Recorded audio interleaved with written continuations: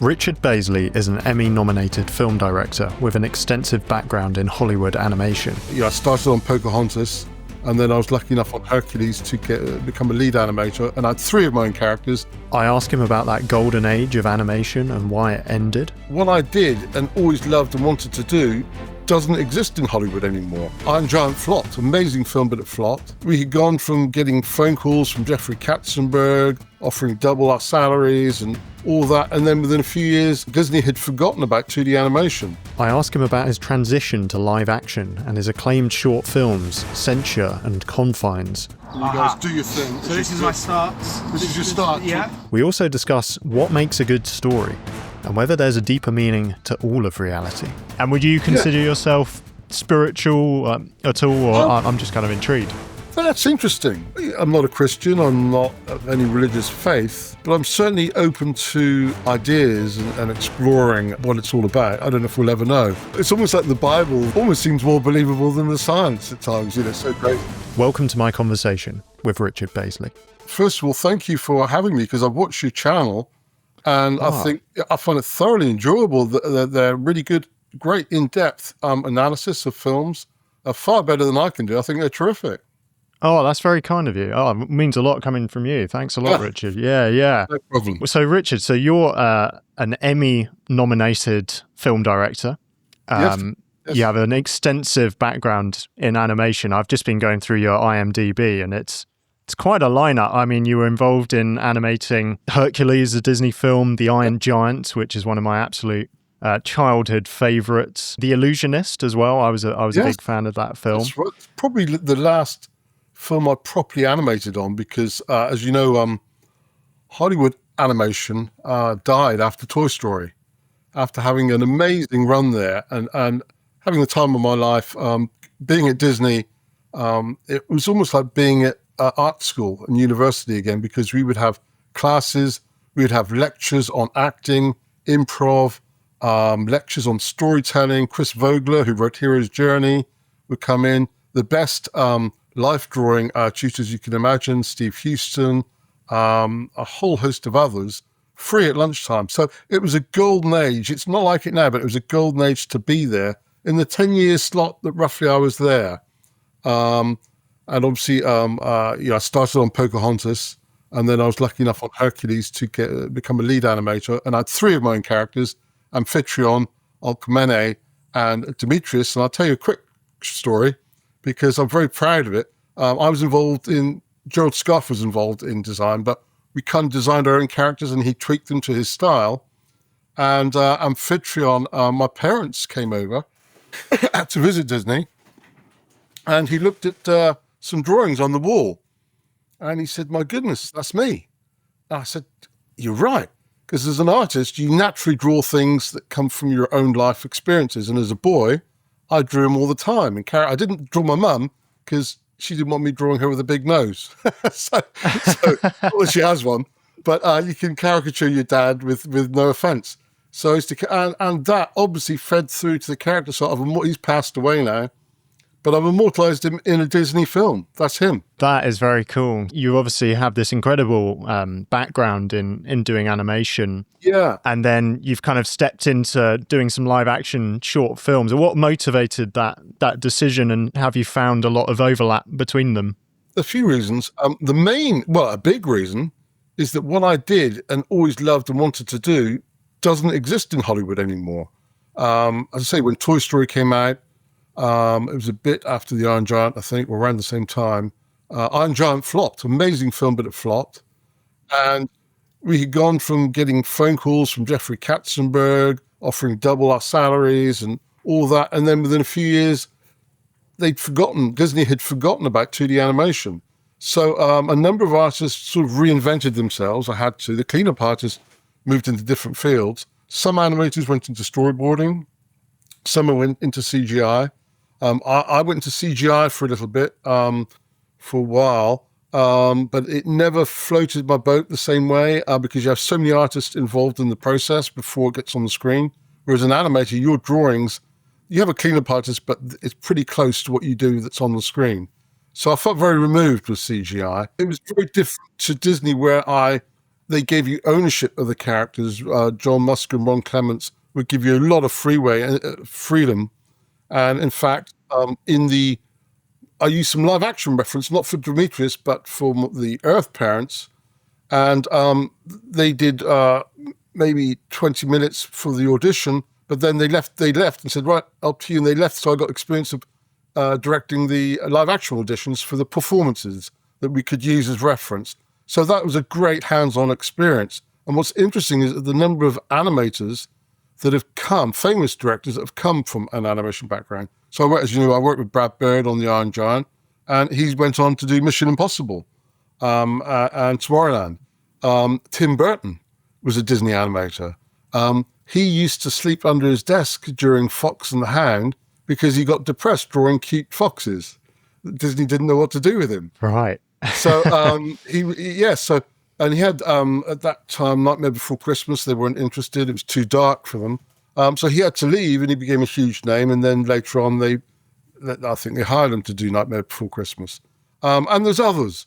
So there's a lot of translatable skills. So I was able to observe this and watch this. And as 2D animation was kind of collapsing, and back in England, there isn't the demand. I directed a couple commercials, one for Sky, and dare I say, a Go Compare commercial. Oh, amazing. They're pretty iconic. You can leave that in for fun. And they were good money, but it's not enough. It's after doing big Disney films, it's not satisfying. And there was the other thing. I moved back to England for family reasons. My parents were older. My wife wanted to come back. And so I went back and forth for 20 years I did direct Lost Treasure Hunt, which was done through a producer at Sony, Matt Davis, who created the show.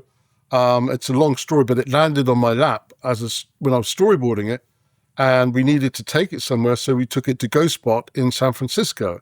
So it was this small indie project, and we ended up getting 2 Emmy nominations for it. So I was delighted for that. So I'm storyboarding it and working it out. And what's interesting is all the storyboarding skills translate to live action. But in animation, you actually storyboard things much, much more than you do in live action. It's more because especially with TV stuff, not so much at Disney, but with TV stuff, when I was working at Rough Draft, they have a studio in Korea, and they also do Futurama and Simpsons over there. So we did a show, and I directed 2 episodes. So you have to do these extensive boards, which you send away, so you don't even meet the animators. They're abroad in another country. Whereas at Disney, the storyboard artists, the directors, everyone's in the same spot, so it's easier. But that's done for TV because it's more economical. But I could still use those stories, all those storytelling skills that I got from boarding, the classes I had at Disney, plus what people don't realize, they say animator, they think you just draw. Drawing's only part of it. You're a performer. I was an actor, but with a pencil. So the great thing was, I remember doing some acting at school, and I was dreadful. And I remember doing Shakespeare. We went around the room, and some of the girls were fantastic, and I would mumble these words.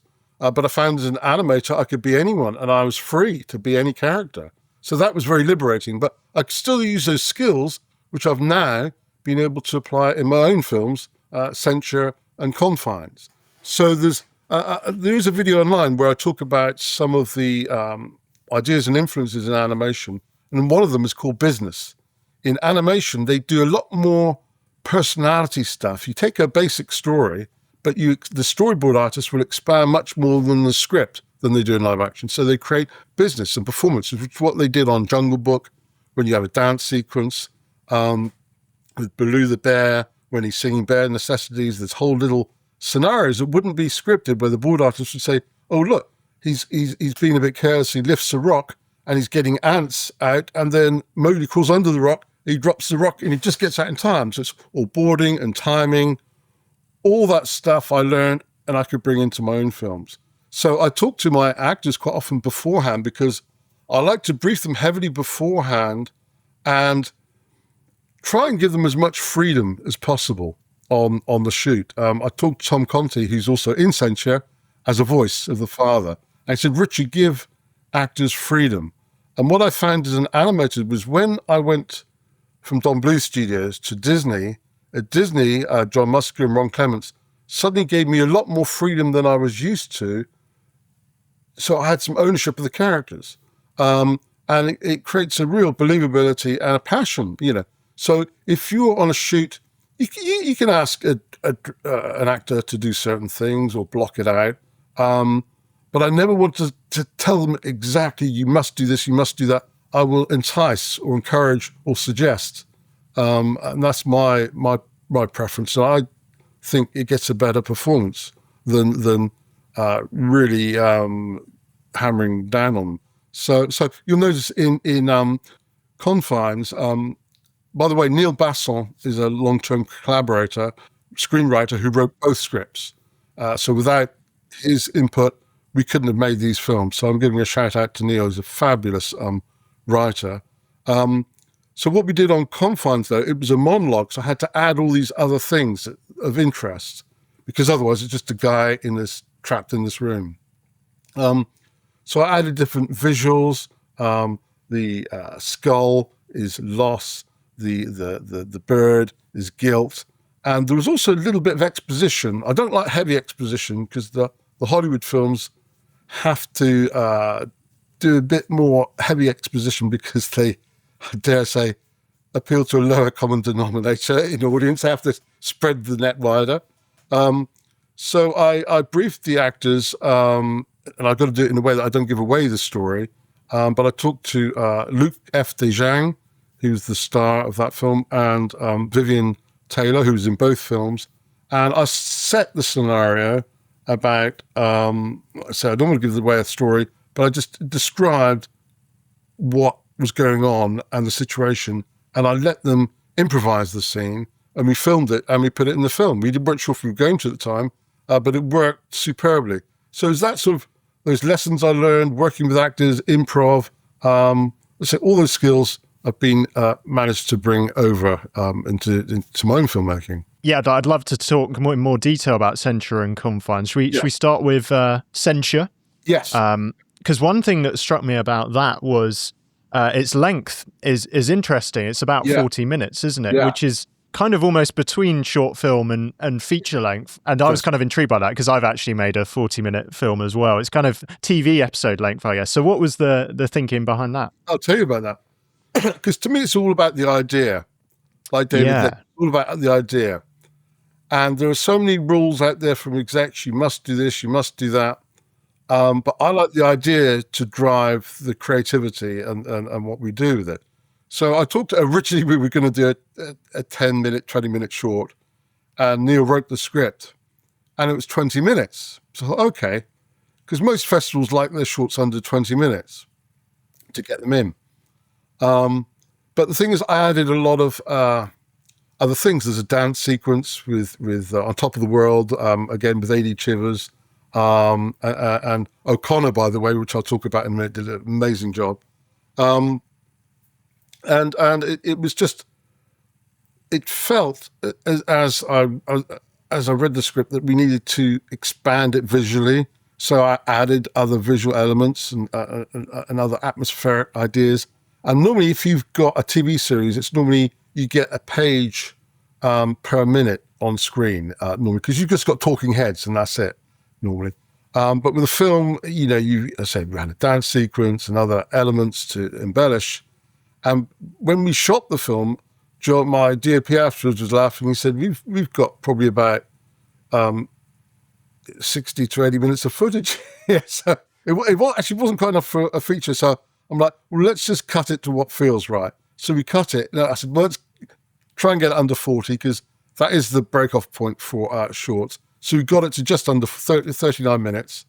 And, I undenied, and I did have a festival, a film festival sort of specialist say, or doctor, they call them, can you cut this down?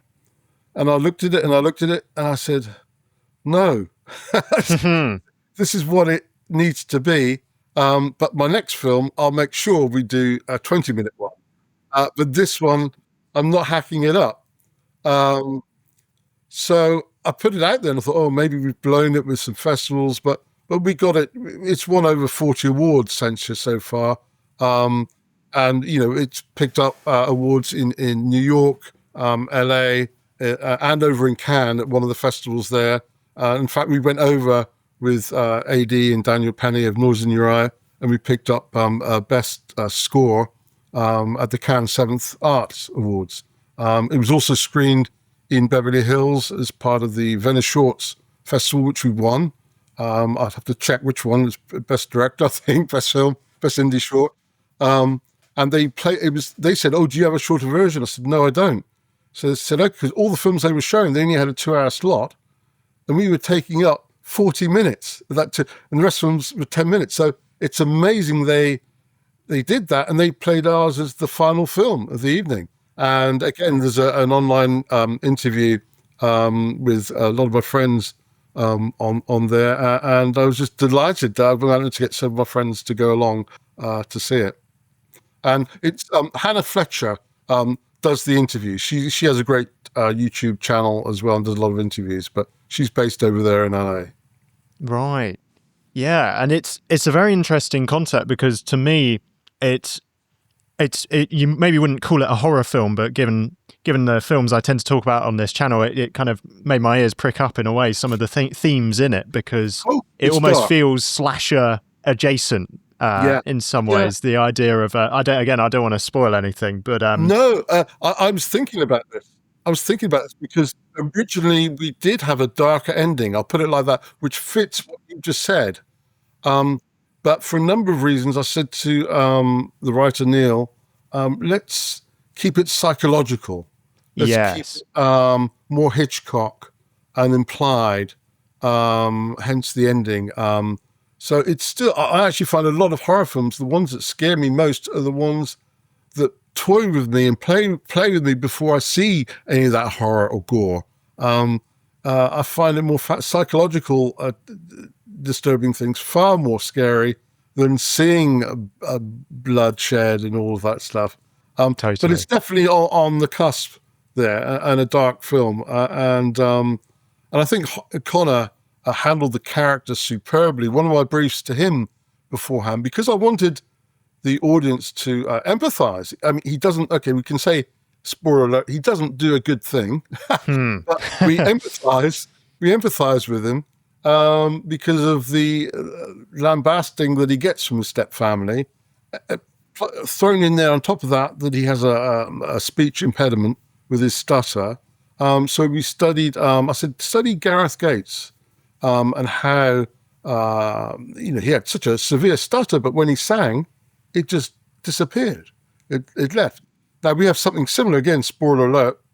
He has this bad stutter, and the more agitated he gets, the more he can't get the words out. He's probably still got a sore throat from screaming at me earlier. Dad, is nothing.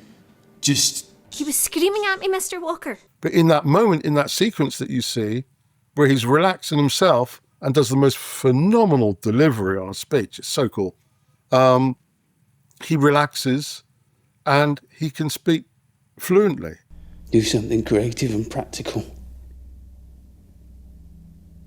Creative and practical. I think I managed that. So all of that stuff was discussed and worked out beforehand. Something interesting, and again, this is probably a slight spoiler, so we can cut it if you think it's too much of a spoiler. But this sense of, I'm reading a book at the moment called Men, Women and Chainsaws: Gender in the Modern Horror Film, which is which gave us the term final girl, which is often used of films like Halloween and Alien, where often it's a young lady who survives to the end and kind of overcomes the monster or the killer. Yeah.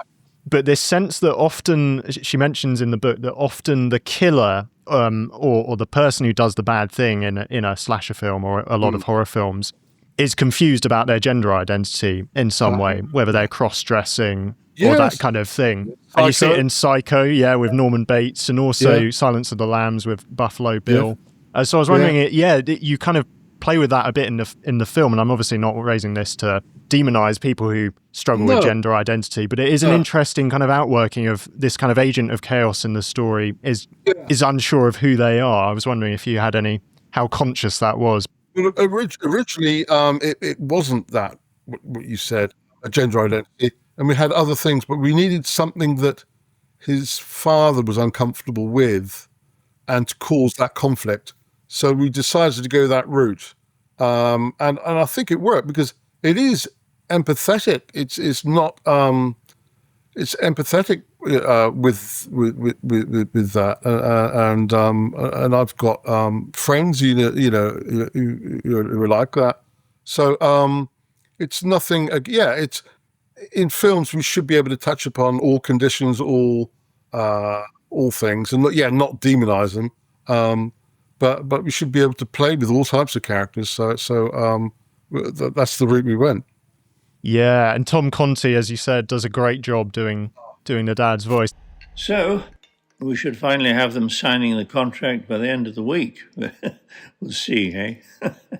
We've been here before. So I know him from Paddington 2, and he's Einstein in Oppenheimer, isn't he? Well, he did that just after our film. I think he got paid a little bit more than we got to those few minutes. Now I'll tell you right now, Tom did that as a favor for me. I wanted him in a film years ago, and I'll tell you what it is, called Icy Spiders. It's another feature project I've had in development for years. It was optioned by some Hollywood producers, and it was going the wrong direction, but thank God I've got that film back. But one of the things was I wanted Tom Conti as the star, but that film didn't happen. It still might one day, but I knew Tom Conti through that film, and I said to him one day, I said, "Look, I said I've had several projects just fall through and not happen, and I said I've just got to get out there. I've got a friend, John E. Fry, who's a partner now with me on these films, and he's a fantastic DOP. Did all the photography in Censure and Confines, and he's fantastic. I said, we've just got to get out and make a film. But this first film, Confines, we had some money. Censure, we didn't have any money. So I said, we've got no money, but it would just be your voice. He said, Richard, it would just take me 20 minutes. So he recorded it and sent it over. And I'm forever grateful to him. And one of the ways that the film came about was actually out of lockdown, because I came up with an idea that would be economical, with one actor on screen, all the voices off screen. And I talked to Neil about it. How are we going to do this? And, so this way we could just go out and make a film during lockdown and not worry about all the conditions that were put on filmmakers at the time. Now we came out of lockdown, and I said to Neil, the writer, I said, well, look, this is still a cool idea. Let's develop it. And then when I told him that Tom would come on and do a voice, that was the incentive for him to finish it. So he finished the script, and we literally went out and made it in a few days. And best thing I ever did. It was a wonderful experience. Unlike an animated film, if I did an animated short years ago, that took me a year, called The Journal of Edwin Carp, and Hugh Laurie did the voice. But I took too many shortcuts on that because it was animation. I did it in a year. In animation, and I just did it myself mainly, animation takes so long to craft and do it well. I should have taken years and years, but not as long. Richard Williams, who's the animation director on Who Framed Roger Rabbit, took 25 years to make The Thief and the Cobbler. 25 years. He spent all his money, he did commercials, all his money making this film. And then Warner Brothers came along and said, we'll give you $3 million to finish it by this date.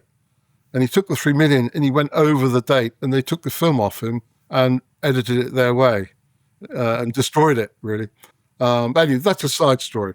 But so the other joy with live action is how much quicker you can get a result. I can imagine. Is that a bit refreshing for you now to be kind of working in that space? Yeah. It's like, we could actually turn projects around a bit faster. We can turn them around. So we don't need a team of 100 people working 5 years. It's I love animation, but it's you need lots of money. So the live action, if I've got an actor on a shoot, I can just stop and say, let's try it again this way or this. If you're with an animator, they do rough blocking of a scene, but if it's not right, they've got to go away and re-rough it out, take another day. It could be several days to rework it, depending on the complexity. And in fact, when I was on Harry Potter, somebody sat next to me, I mean, it had to go through such a pipeline. It was a long, long scene, and it would keep. It didn't take them this long themselves, but it had to go away, come back, go away, come back to complete that shot. I think it took 6 months and was 100,000 for one shot. Oh wow! And what was that shot? What happened in that shot? Just out of interest. I'm trying to recall. It's a long time ago.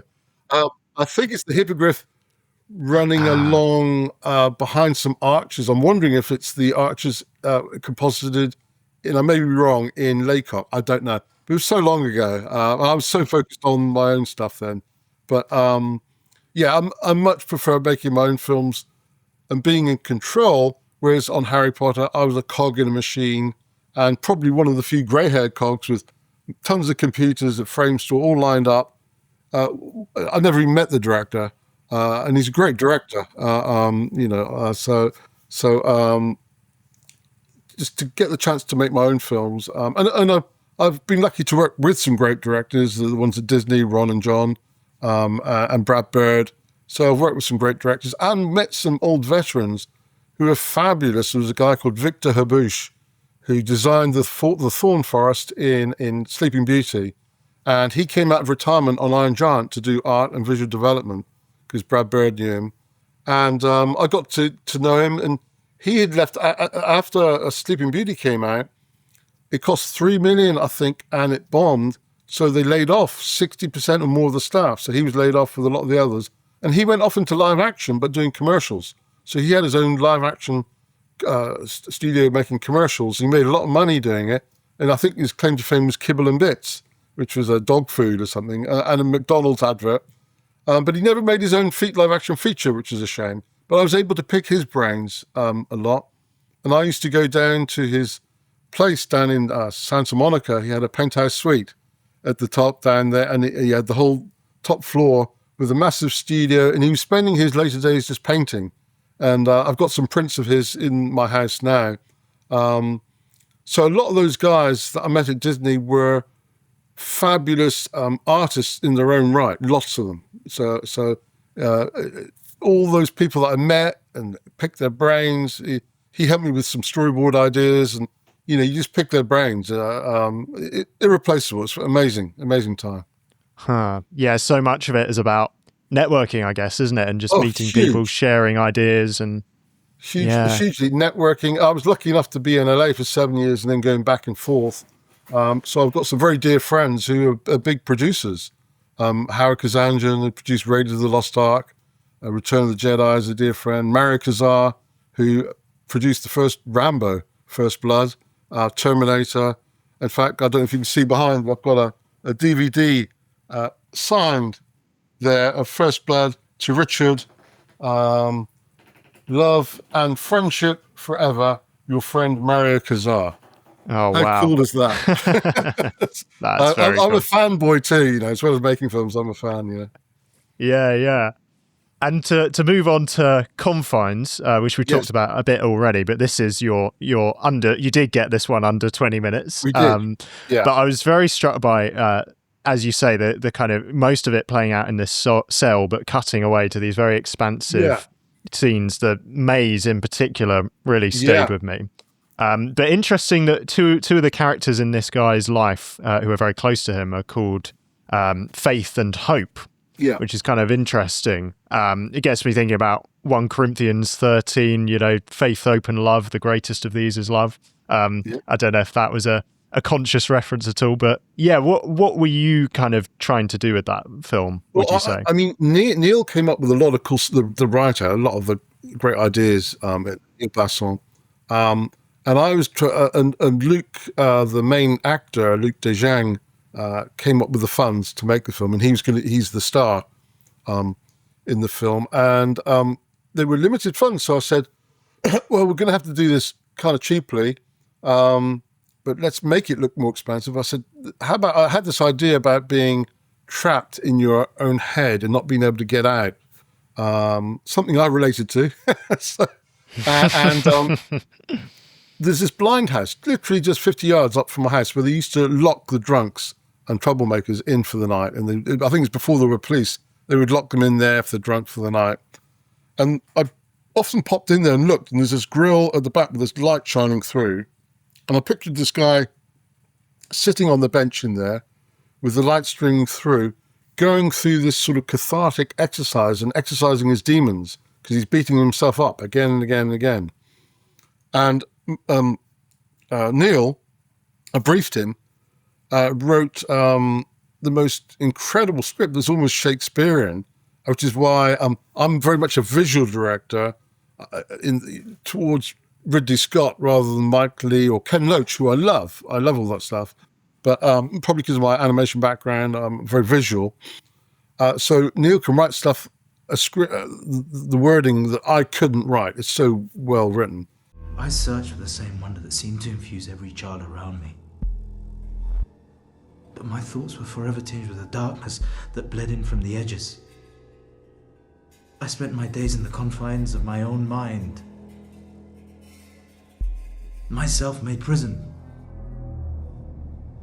Well, Bill, don't you think?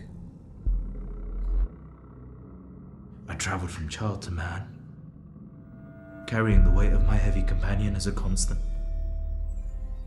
And I knew Luke would deliver on the performance on that. So we went up there and filmed it, and we did have the cliff sequence in the script. And I was thinking, holy moly, how are we going to film that? I was thinking of Dover. How are we going to film them up on the cliffs there? And then Cheddar Gorge popped into my mind. And I thought, oh my God, it's an idea. They've got cliffs, they've got all sorts. So obviously when you see him an upshot of the cliff, it's actually an outcrop that's big, but it's not a cliff, so it's not dangerous. And, we shoot from behind on the cliff. There is a fun making of video where I discuss walking up because they all got there before me. It's a long walk up. But anyway, I got there and we filmed it, and they were back from the edge enough by using the camera to make it look like they were near the edge. But I still felt comfortable standing a lot further back and directing from afar. So we had all these elements. So then I added some other elements. The skull for loss, the crow for guilt. These are sort of visual metaphors. And there was something else I wanted to add, a bit more visual stuff, so that we're just not in there all the time. So I'd seen a documentary called Stutz with Jonah Hill, where he talks to his therapist, who's called Stutz, and he interviews his therapist. It's the other way around. And it was interesting because this therapist has Parkinson's, and he does these little wobbly drawings, and they're little diagrams to give to the actor to help him get through his issues. And one of them was he drew this little maze. And he said, this is the thing, we all get stuck in this maze and we go round and round. And he drew a line right past. And he said, you have to just go past. And it's a very simple diagram, but it works. If you remind yourself, you just got to move on with these little visual ideas. So when I saw that, I called Neil and said, let's add a maze. Let's add a maze to it. And I said, so I briefed him, the actor. I said, look, when you rush up to the wall, just hold it there, and then we're going to match cut you to a maze, which we shot in called the Amazing Hedge Puzzle in Ross-on-Wye, about an hour and a half from here. So in that, he rushes up to the hedge, and we just quickly cross dissolve to his new position, and it looks like he's suddenly in the hedge, and he rushes up around the maze. Well, you've gone to the wall in the blind house. You've gone like this, you're pushing it, and we just suddenly will cut back, and you will see that it's a hedge. I got you. So then you've got to dash off and around and do I'll let you and John, you guys do your thing. So this is my starts. This is your start. Yeah. And looking towards camera, and we'll have in the blind house looking towards camera right. So camera's up and bang into the wall. And what's fun was I briefed them and we stepped through it, and then I went up to a viewing platform up above and directed from up there. And at the end of it, he collapses and screams his head off. And it sounds like somebody's being murdered. And so a dog walker had walked past and looked in and said, what on earth is going on here? And it was a very funny situation. That would have been a nice behind the scenes take just to have got that dog walk out. I think it freaked the dog out. But you'll see it in the scene. He collapses. He's gone through this breakdown, and then I won't give any more away of the story there. But it's a very powerful piece, and again, on limited means, but bigger budget doesn't always mean better or more money. Which is interesting because I was just going to mention your review of Mickey 17, which I thought was really interesting, with the Korean director, because I love Parasite, and I loved Snowpiercer. I enjoyed Mickey 17, but it didn't do it for me in the same way the other films. And I thought, well, it just shows you more money doesn't mean better. Yes. So I think I agree with you on that, actually. It doesn't doesn't quite have the punch of his previous films, does it? No, and you look at Guillermo del Toro with his Pan's Labyrinth and his beautiful independent films or smaller films, and then when he did Pacific Rim with more money, I thought, no. But the problem is you get more voices and more people, and one of the things is I'm having the time of my life on Censure and Confines, even though there's hardly any money. Because if we do get one of the bigger films going, there will be more voices to accommodate if somebody's putting money in and this, that. So you have to play the politics and work through it. Obviously, the bigger you get, like Ridley Scott, the more you can call the shots. Whereas it'll be interesting to see what happened to the director of The Joker, which was a fabulous film. He was given so much freedom on Joker 2 with the musical that flopped, I guess. Whether he'll get that again, but he got that moment of freedom there to do what he wanted. But that's what it's about, filmmaking. Telling your story, your way. At Disney, the only directors that really got their own identity were John Musker and Ron Clements, who were there during Basil of Baker Street, Little Mermaid, Hercules, Aladdin. They had an identity, but most of the other directors at Disney on the other films didn't really have their own identity because they're working with executives. They do one film and that's it. So if I'd wanted to direct at Disney, I would have to switch to the story department and been there for years, and they would have like 100 people waiting, lining up to direct. Far better to do it this way. Small steps, you know. And when you're deciding like a story, what are you looking for in a story when you're like, I want to make that into a film? Like, what is it that kind of, maybe it's hard to pin down in a way, but what is it that you look for in a good story? An idea that excites me, that I want to make. I mean, Censure and Confines obviously both deal with mental health issues for men, so maybe I relate to that. You know, so there's a lot of things in there. You know, so. Ideas. I love. You know, I love David Lynch films. I don't understand them all. Me neither. Well, I'd love to. After this, I'll pick your brains because I want to try. I think you could figure them out better than me, actually. So you know, I love Mulholland Drive. I kind of twigged it afterwards, but Inland Empire, I still can't get my head around. But I love him as a director because he's free and he would do it his way, and he has an identity. Same with Sean Baker, who just did Honora. I actually thoroughly enjoyed Honora. And I loved, was it the film Tangerine that he did on Santa Monica Boulevard? That small independent film. Florida Project as well. Sorry? Florida Project as well. Was that Sean Florida Baker, Project. I think? Yeah. So I think he's fabulous because in his speech he talked about independent filmmaking, although he did get $6 million to do Honora, I think, and they spent $18 million on advertising, and that worked. Okay. Yes. But you know, he talked about how the pressure from execs to use big names. As you probably saw, I also teamed up with Gary Kurtz, the producer of Crystal, Star Wars, and we were partners in GBK Hybrid for years and still have a project out there. But he would tell me, and he said on the first Star Wars, they weren't big names, the people at the time. Harrison Ford wasn't known. So he was one of the old wise producers. I was able to pick his brains again, you know. So sadly, he passed away a few years ago. So, but he was a dear friend and a mentor. Censure and Confines, I see as baby steps towards a goal because I've got some other bigger projects in the works. The next one I want to do is called Bambola. That would star Vivian Taylor, who's a fantastic Glaswegian actress. And in the other films, she had small parts, but this one, she is the star. And she is, because I know how good she will be, because I've worked with her. And it's a fabulous script. It's sort of more back in the realms of Censure. It's about with a female lead.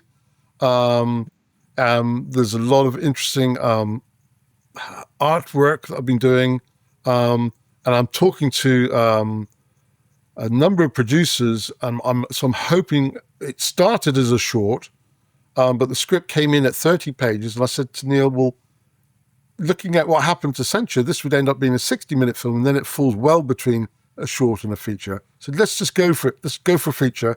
So hopefully we can get it over an 80-minute film as a feature. It will still be micro budget, but I've got a producer not that far away that's interested in putting in money. And I can't say the name of the American producer, but a big name that's interested, but we'll see where that goes. But it's called Bambola. There's a Facebook page, and it'd be the same team, and we can do it on a very limited budget, but really make it a stunning film. So that's the next one for me. And then there's other big ones afterwards. The Chimeran, which was developed with Gary Kurtz, which is a cross between Planet of the Apes and District 9. And that's been out there a long time. So those things take a long time, if they happen at all. So whilst that's out there and we're pushing and trying, sadly Gary's not out there to push it anymore, but I've got another producer on that. So it's all steps. But having said that, if they don't happen for a while, I'm still happy to make another short film for the hell of it, because I love it. Yeah, for the love of the craft. No, that's really encouraging to hear. Yeah. Yeah, just out of interest, and you don't have to answer it, but you probably know on my channel I'm often talking about films through a kind of theological lens. And would you consider yourself spiritual at all, or I'm just kind of intrigued? That's interesting. Tradition in the past, I haven't been. I'm intrigued with David Lynch, although I guess it's spiritual in a way. In that I was looking at his transcendental meditation that he was big into. And I've tried. I haven't been able to crack it yet or do it. I'm fascinated by a lot of the programs about astrology and you look at it all and you think, how incredible is that? How can this just be random? But I'm not a Christian. I'm not of any religious faith. But I'm certainly open to ideas and exploring what it's all about. I don't know if we'll ever know. We're all sort of guessing and trying to find answers. And science, there's so much it cannot answer. And the funny thing is, some of the science where they talk about a singularity and how it started off barely visible, and from that singularity, within seconds, you had the Big Bang, or they call it something else before the Big Bang happens. How is that possible? It's almost like the Bible. The day was created, the world was created in so many days, and then there's their rest. Almost seems more believable than the science at times. It's so crazy. But no, are you particularly spiritual then? In Yeah, well, it's funny. I probably wouldn't naturally be drawn to that sort of thing. But for me, I just find the person of Jesus specifically incredibly compelling.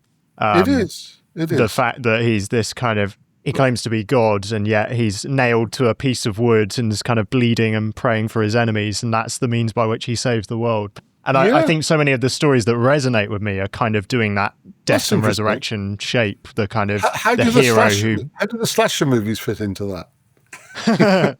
That's a very good question, actually. Yeah, well, going back to the thing you were talking about so you do your film Censure from the perspective of the guy who's kind of holding the knife in a way, which is certainly interesting psychologically.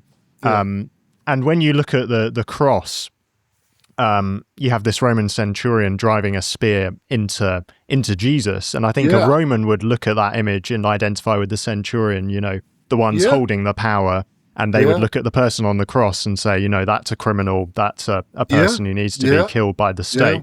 Whereas now we look at that image and we identify the victim, the one on the cross, as the one who is sacred because of the impact that Christianity has had. And I think now a lot of the time slashers actually tell the story from the victim's perspective, and they want us to identify with, they want us to fear what the victim is fearing.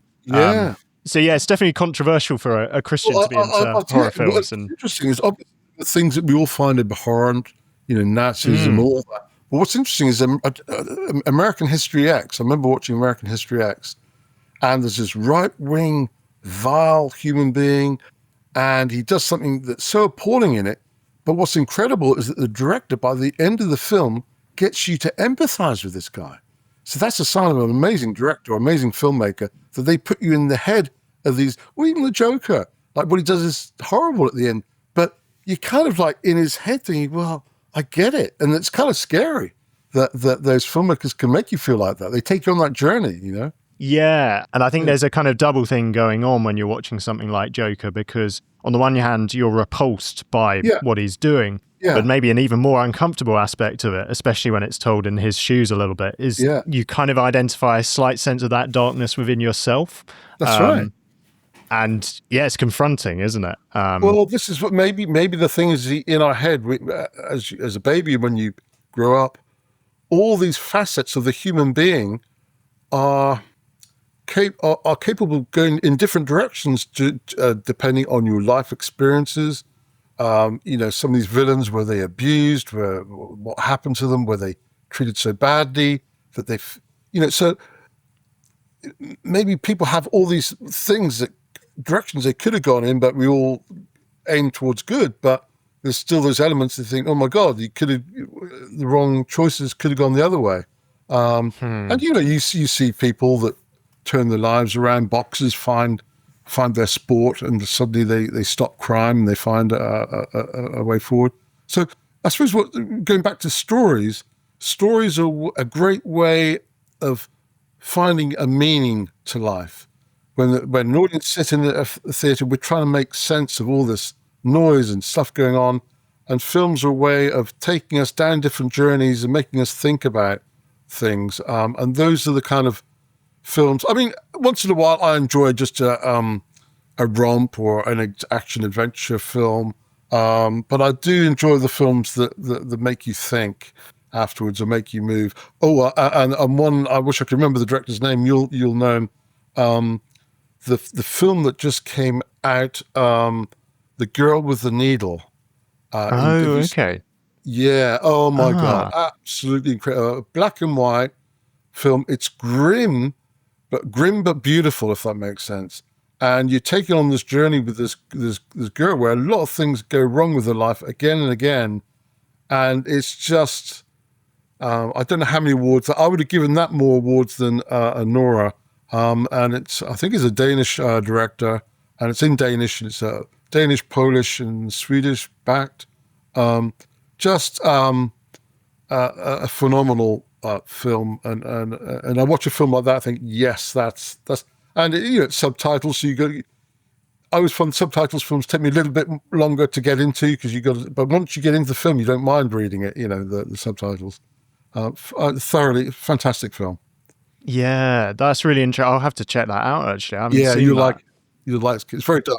Very dark. Yeah, and I think that's what I appreciate about horror, but also, other genres of film that deal with the darkness in the world. I should say there are definitely films I wouldn't want to watch. There's definitely ways you can kind of engage with these themes in ways that are exploitative or unhelpful. Horror films like Hostel, I struggle a little bit. Oh, yeah.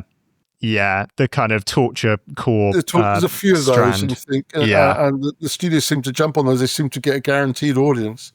But again, I prefer, whereas Guillermo del Toro will do a horror in a beautiful way, with a beautiful storytelling, Yeah, and I think horror at its best is kind of naming the kind of reality of darkness in the world, and it's confronting, and sometimes horror films even offer the kind of possibility of deliverance, that maybe somehow the monster can be overcome. And what I really love about what you do in Confines is there is that kind of light at the end, isn't there? You plumb the deep depths, but then there's a sense of hope. There's literally a light at the end of the tunnel on that one. Censure is darker, and Confines has, it's dark, but there's something there, and I leave it implied. I won't give away the ending, but I leave what happens after implied, which I tend to prefer. One of my favorite directors is Ridley Scott.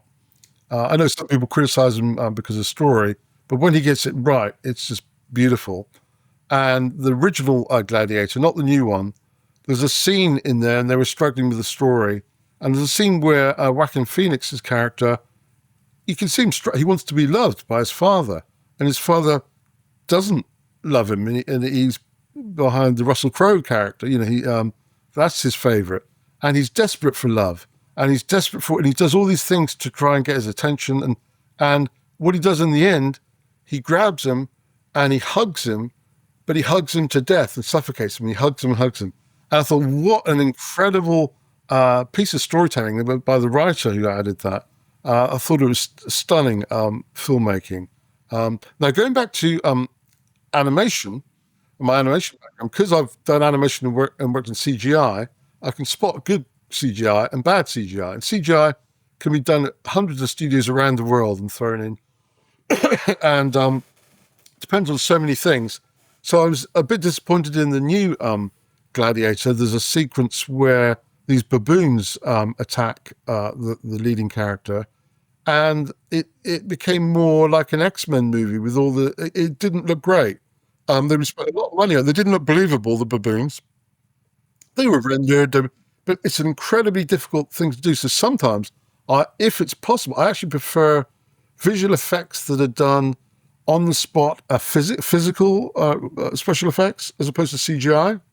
There's lots of places to use good CGI, but I saw a scene once, and it sounds awful, but it was a crocodile underwater with a man fighting, and you saw it on screen. So, wow, that's incredible. But it was actually a puppet with a man with a hand up on a prosthetic puppet struggling. But because of the way it was shot and it was fast and lots of bubbles, it looked real. Whereas if it had been CGI, they would have probably shown more of it, and you'd think, oh, that doesn't feel real. And it's interesting that Ridley Scott talks about in Napoleon how they used more physical effects and explosions rather than CGI because he felt it felt more real, which is why I was a bit confused as to why he did the baboons that way. I don't know if there's any other way around it, because if you had real baboons, you can't control them. So it's a tricky one. It's a really tricky one. And what is amazing is Alien was a man in a suit. And that could have looked awful. It could have looked like, the Godzilla movies, which are fun, but it's a man in a suit. But you never watch the original and think, oh, that's a man in a suit, because of the photography and the way he shot it, and he didn't give too much away or shoot full figure that much. So you'd see just the head and the mouth, you'd see different shadows, all those things. If they're implied, they're often better than if you show it. And same happened in Jaws. The mechanical shark broke down during the shoot, so they hardly used any of the footage. It was a blessing in disguise because you had loads of points of view of the shark underwater with that amazing piece of music. Da da da. Far better than showing the shark, to imply it. It's much better. And Hitchcock understood that. He would always imply things. And it's something that happens with a lot of modern films, is they chuck the kitchen sink in at you in the first few minutes, and you see all these CGIs, all these vampires flying around in the first minute, and you kind of like blown the excitement of building up to that, Yeah, less is more a lot of the time. Less is more. Yeah. Less is more, that's it. Well, Richard, this has been an absolute masterclass. You've been very generous with your time. Oh, no, I've really enjoyed chatting to you, and I hope we can again, and about other films, when we make them.